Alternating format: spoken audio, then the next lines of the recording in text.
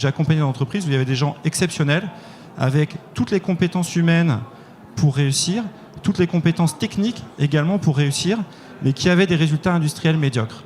Pourquoi ? Parce qu'ils ne déployaient pas dans leurs usines un minimum de fondamentaux, ce que j'appelle les invariants du management industriel, dans leur quotidien et dans leur management au quotidien.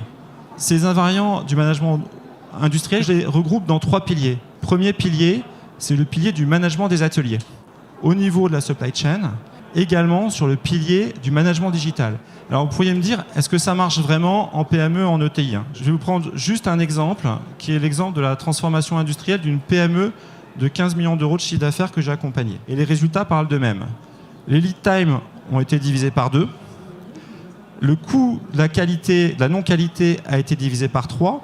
Le taux de service est passé de 60 à 98%. Et on est sur une trajectoire de 3,5 millions d'euros d'économies récurrentes, dont 1 million sont déjà engagés. La très grande majorité des gains sur le délai, le taux de service et en grande partie sur la qualité sont jusqu'à maintenant ont été réalisés par du management et de l'amélioration du management.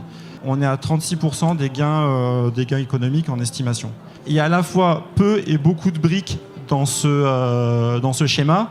Par quelles briques démarrer et comment on fait ? Alors, si vous avez un consultant sous la main, c'est ce qui a été fait dans l'exemple là où j'ai été présent pour la mise en œuvre et où j'ai porté les actions. J'ai lancé les actions en parallèle dans une méthode de petits pas. On a planté des drapeaux et des banderilles un peu sur tous les thèmes et on les a fait avancer progressivement de manière à enregistrer tout de suite beaucoup de gains.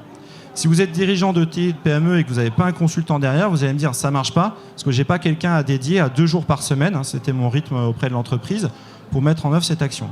Et la question de par où on commence, du coup, redevient critique. Ce que je propose, c'est de démarrer dès lundi matin par une instance de pilotage qui s'appelle l'AIC. C'est l'animation à intervalles courts, qui est une animation qui a lieu de manière quotidienne. Et l'idée, c'est de piéger tous les éléments qui peuvent venir altérer la performance et venir les traiter. Première chose, il faut que ça soit un vrai rituel. Il faut que tous les gens qui sont membres de cette réunion soient présents. Deuxième chose, des indicateurs séquencés, toujours les mêmes. Les équipes qui vont regarder, ça va être des indicateurs adaptés à leurs enjeux et c'est aussi des indicateurs sur lesquels ils vont pouvoir agir. Il faut également une séquence de questions aussi ritualisée et qui empêche de dormir.